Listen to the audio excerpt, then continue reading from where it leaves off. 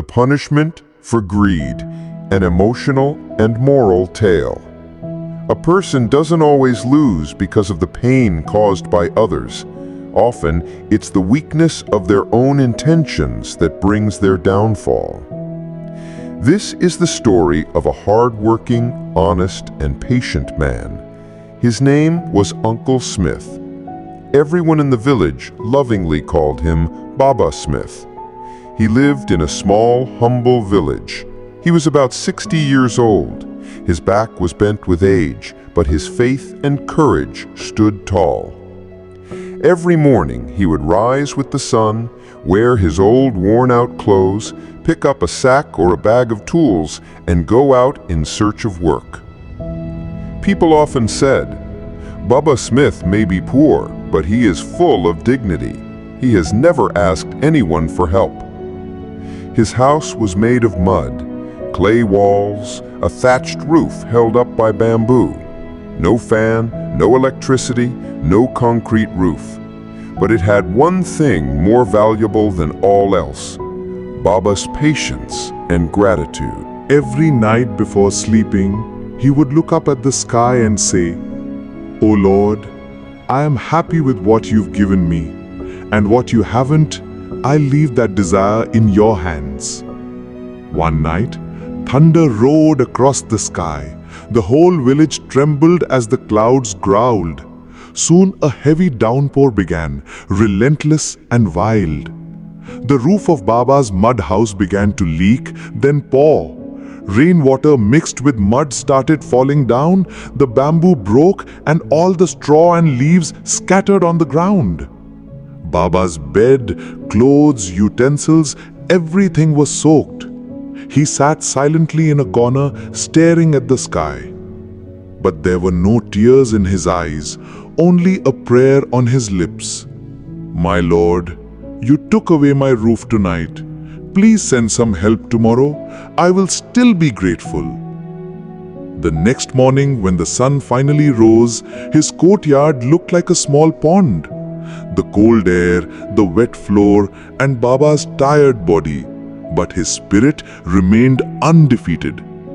He gathered old sacks, dry grass, sticks, ropes, and bamboo. He wanted to repair the roof, at least temporarily. His sweat poured down. The sun was harsh. He was thirsty, but Baba kept working with patience. Just then, a large, shiny car pulled up near his muddy path. Such big cars were a rare sight in the village. The door opened. Out stepped a clean, fragrant, and elegant man. Sir Matthew John, a famous businessman and a kind-hearted soul from the city. He saw Baba working on the roof and gently called out, "Babaji, what are you doing in this heat?" Baba climbed down and shyly replied, "Oh sir, the roof collapsed last night. I'm just trying to fix it with whatever I could find." Sir Matthew asked with concern, "Babaji, why don't you build a proper roof?" Baba chuckled and said, "Oh sir, that's the dream. But dreams need money to become reality."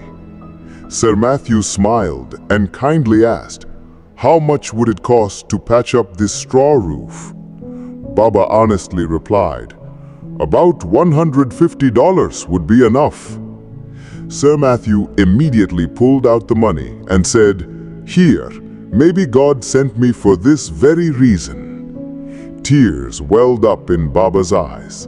He kept giving prayers. "You came to me like an angel."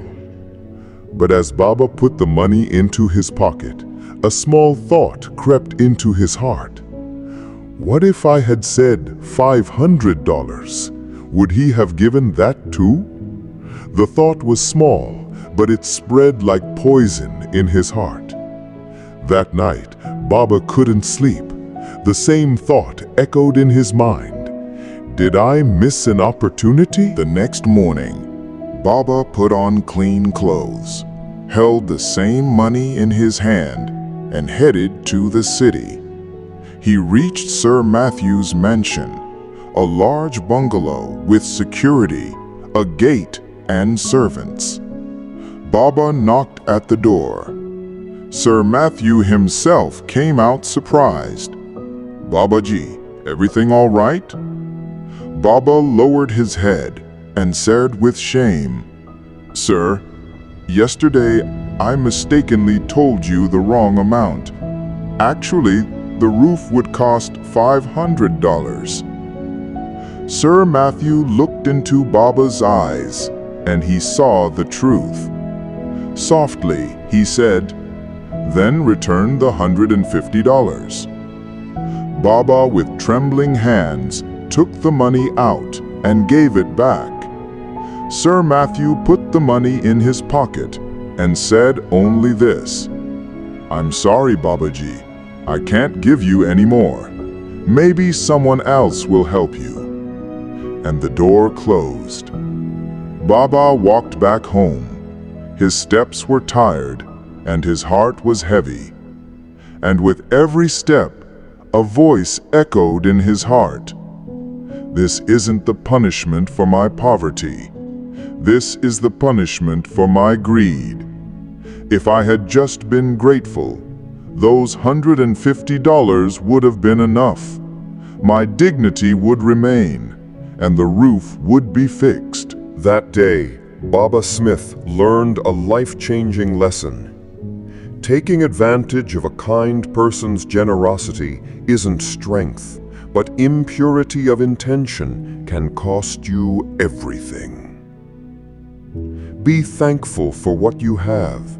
In the desire for more, you may lose even the little you had. Ask only from God. If you keep hopes from people, you'll end up disappointed. Greed darkens the heart, but gratitude fills it with light. Learn to say Alhamdulillah. It's just one word, but it's more precious than all the wealth in the world.